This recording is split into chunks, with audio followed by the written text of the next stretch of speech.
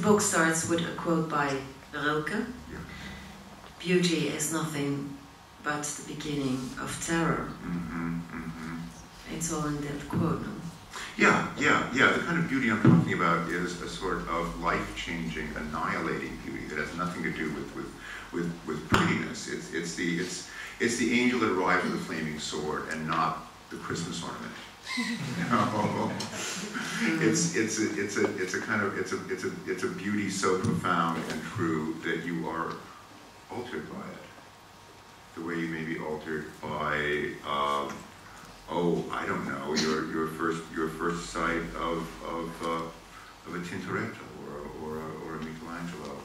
In a way, you are less likely to be altered by the aforementioned construction of tinfoil and string. There we go again. I know. I'm just a crank. You have to stop me. Yeah.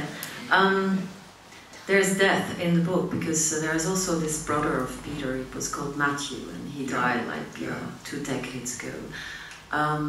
Of AIDS. So yes. AIDS is again like, it's not really a big theme in the book, but it's still there. Yeah.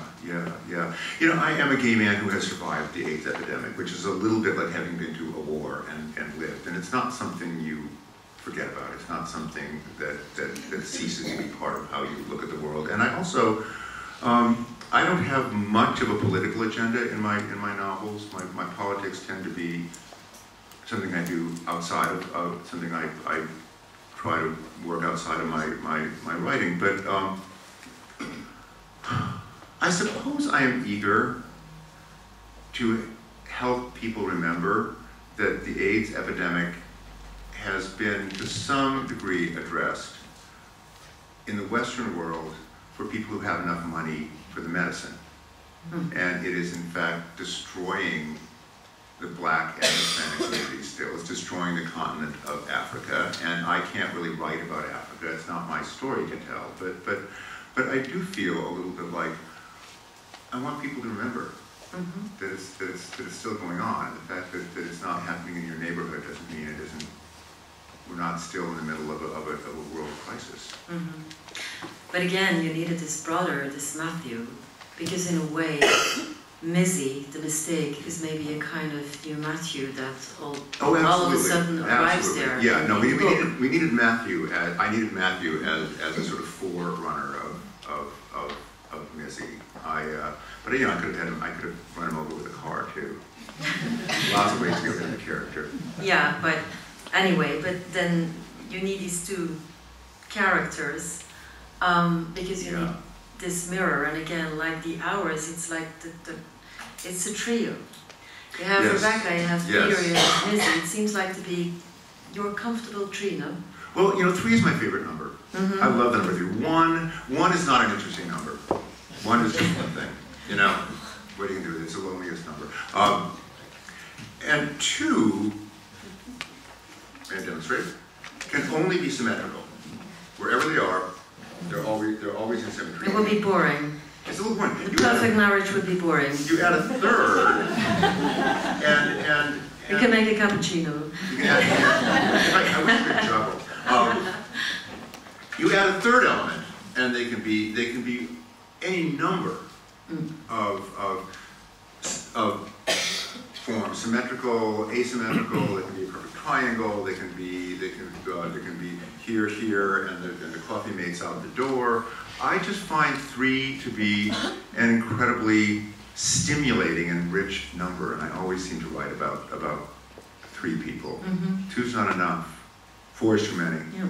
Some other people die in the book. There's another gallerist, and she dies of cancer. I'm sorry. Or she's going to die of cancer in that book. And then here you are playing with symbols because she's having this it's a kind of cynical, dramatical conversation with Peter.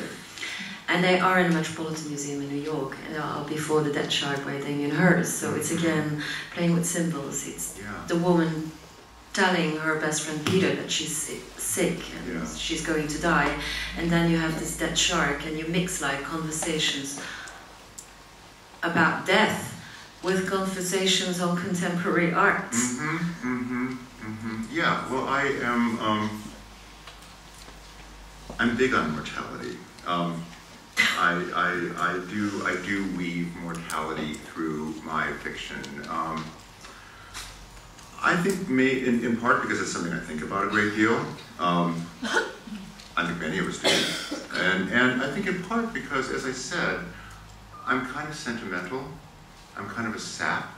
And I feel like if my inclination is to lead my characters toward some kind of redemption, some sense of life going on, they better have survived the worst that the world can offer. Mm-hmm. You know, because a happy ending that comes after a sort of modest set of trials is just sentimental. I'm interested in the kind of happy-ish ending that can be pulled out of the wreckage and the rubble. So I try to pull it all down and then see if there's anything left for people to hope for. Mm-hmm. Let's go back to Peter. So he's like falling in love with Missy. Yeah. And there's another funny thing in that book, but Missy is reading Thomas Mann. There's always like the book in the book. We had Mrs. Dalloway in the Hours, and then now we have like Thomas Mann's book in your book. But it's not Dead in Venice, because of course that would be like the link. That would be too much. It's the Magic Mountain he's reading. Yeah. Dead in Venice was too much. Yeah, too obvious. Yeah, because Missy is a bit of a Tadzio, you know? Oh, absolutely, absolutely. And you know, this is